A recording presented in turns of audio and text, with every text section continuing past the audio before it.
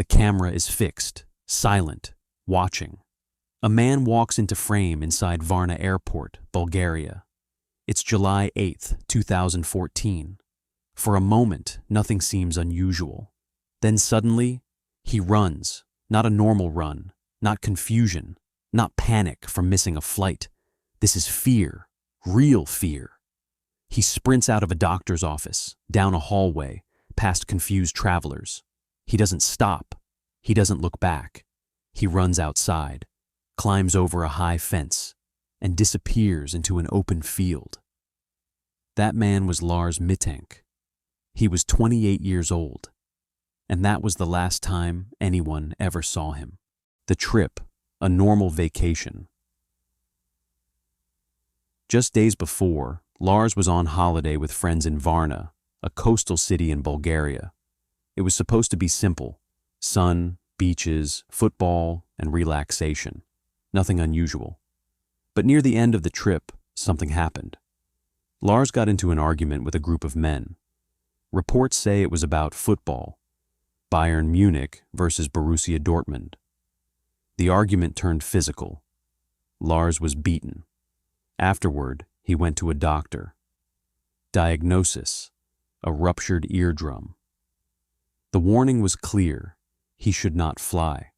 The pressure could cause serious damage. So Lars stayed behind. His friends went home to Germany. He was now alone in a foreign country. The night of terror, something changes.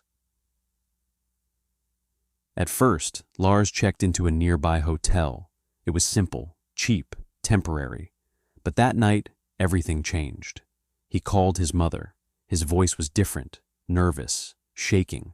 He told her something disturbing. "They're following me." At first, it sounded like fear from the fight. But then the calls became stranger. He said men were watching him.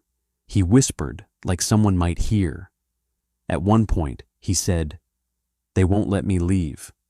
His mother tried to calm him, told him to stay inside, told him he would be okay. But Lars didn't sound okay. Hotel staff later said he was paranoid, restless, looking over his shoulder, afraid to stay in one place. Something or someone had terrified him. The final moments, the run. The next day, despite his injury, Lars went to Varna Airport. Maybe he just wanted to go home. CCTV shows him walking calmly into the terminal. No sign of panic. He even visits the airport doctor. And this is where everything breaks. Inside the doctor's office, something happens. We don't know what, but seconds later, Lars explodes out of the room, running, full speed, like his life depends on it. He runs through the airport. People stare. No one stops him. He bursts outside, into the bright daylight. Ahead of him, open land, a sunflower field. He climbs over a tall wire fence, ignoring the cuts, the danger, and keeps running, deeper, further, until he's gone. No bag, no phone activity after, no trace. The theories. What really happened? Theory 1. Medication and mental breakdown. Some believe Lars was not thinking clearly. He had been prescribed medication for his ear injury, possibly antibiotics. Could they have caused paranoia? Combined with stress, isolation, and trauma from the fight, it's possible his mind turned against him. But critics say medication alone rarely causes such extreme behavior, and the fear looked real. Theory 2. The Varna Mafia. Another theory suggests Lars was actually in danger, that the men he fought were not random, that they were connected to something bigger, organized crime. Supporters of this theory point to his words, "They won't let me leave." Was he being watched, followed, threatened? There is no solid evidence, but his fear is hard to ignore. Theory 3. Something happened after the escape. The area around the airport includes fields, trees, and isolated land.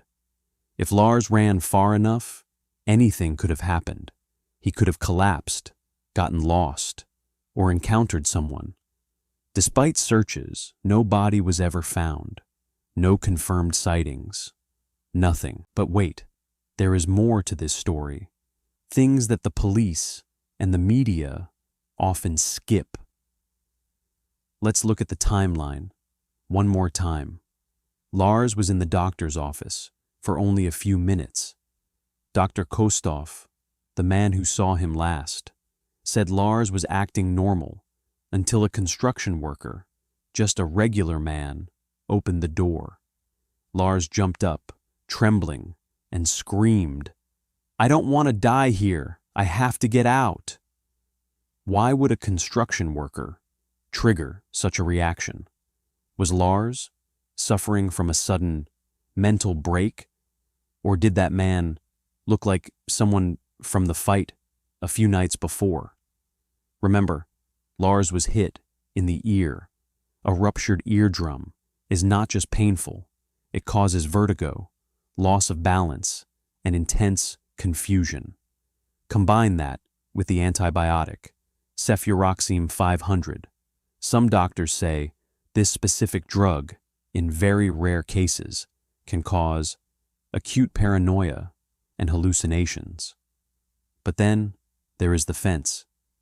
That fence was not small. It was a high, barbed wire, airport security fence. Lars climbed it with the speed of an Olympic athlete. He didn't care about the cuts on his skin. He didn't care about his bags left behind with his passport and his money. He ran into a field of tall sunflowers. In Bulgaria, these fields can stretch for miles. They are thick and easy to get lost in. Search teams use dogs, drones, and thermal cameras for weeks. They found nothing, not a drop of blood on the fence, not a shoe in the dirt. It's as if the ground opened up and swallowed him whole. Even today, 10 years later, the mystery is alive. People claim to see him in homeless shelters across Europe. In 2016, a man was found wandering the streets of Brazil with no memory. People were sure it was Lars, but DNA tests proved it was someone else. Every year, a new photo, a new hope, a new disappointment. His mother, Varna Mittank, has spent her life savings on private investigators.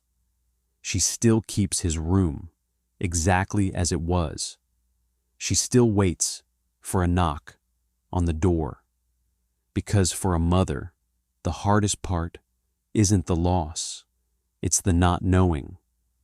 Lars Mittank is still out there somewhere, maybe as a ghost in the sunflowers, or maybe as a man who forgot who he used to be. If you have a theory, share it below, because this mystery is still unsolved.